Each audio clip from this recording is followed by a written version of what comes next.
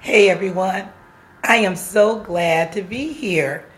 With the start of this new year, I've been doing a lot of thinking about how I can share more and more wisdom keys with you to discovering, are you the one? The one who's willing to step out and make positive change wherever you are, whether school, work, family, community, world changers. There's things we have to look at before we can take on this plight because it's huge, but somebody has to do it. Remember, I was sharing with you about how my neighborhood was plagued with violence and gang members, and a young man got murdered broad daylight right in front of my house, shot down by a drive-by. How it just sent such a gloom throughout my entire community. I had already been totally dissatisfied with that kind of caliber in my community. My children can only play in the backyard. Neighbors don't know each other. We don't wave. We don't say hello. We're just concerned about getting in and out alive, really. But when that young man died, something snapped in me. And I remember being so angry. I was angry with the condition I was living in. I was angry with God. I was angry. And then that's when I had to first realize the first wisdom key to becoming that wonderful person that God is going to use to make a difference everywhere. It has to start with me. I wrote a book called Somebody Do Something. I think I talked to you a little bit about it before. But today I want to share something that was personal that I wrote in the book. So I'm just going to read a paragraph. In order to be an advocate of change, I must be willing to start with myself.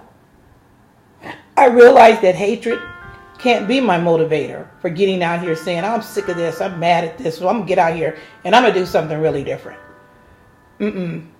That can't be it. If hatred is the only reason I want transformation, it would never truly succeed. I feel that genuine transformation will only occur when I'm willing to step out of myself. I understand that if I am just full of my reasons and my rationales and my ways, nothing truly wonderful will ever be accomplished. So in order to truly help others make a difference or seek transformation, there is more that will be required of me. I want to leave that for you to think about in your situation. Whether it's a bad relationship or whether it's a situation that you're dealing with at school, or whether it's just something that's right next door in your neighborhood and it really bothers you and you don't know what to do or how to bring change. Remember, it will always start with you. Are you the one? Are you the one that's willing to examine your motives and really honestly answer, why am I doing this? Or why do I even want to do it? Or why don't I want to do it? It starts in here. And then from here, you're able to earn what I call a place of being able to be considerate or empathy for someone else. Then it makes you more accessible when it comes time to communicate, when it comes time to rationale or reason, or when it comes time to just plain listen. I want to encourage you as we take this journey. Wisdom key number 1. Examine yourself. If you're angry, if you're bitter, if you have animosity, if you have any negative emotion, resentment, any of that, let's get that healed first. For me, I'm a woman of prayer, so the first thing I'm going to do is say, Lord, you need to help me. And then, how do you know that you're healed? I always say, when it doesn't hurt anymore. I'm glad to be here. A lot of people have been talking to me about wisdom from the elders.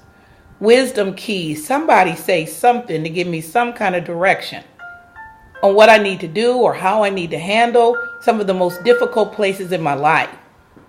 I also want to give a shout out to Jimmy Sweden. The background music is entitled Somebody Do Something. Jimmy, he wrote it for me.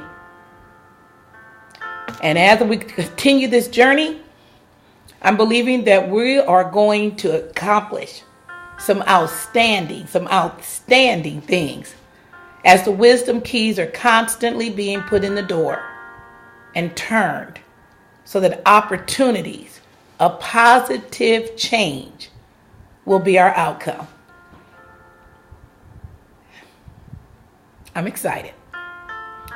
So I'll see you next time.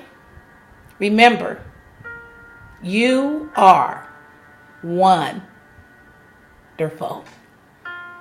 I'll see you in the next one. Thanks, everybody. Don't forget to hit the subscribe button.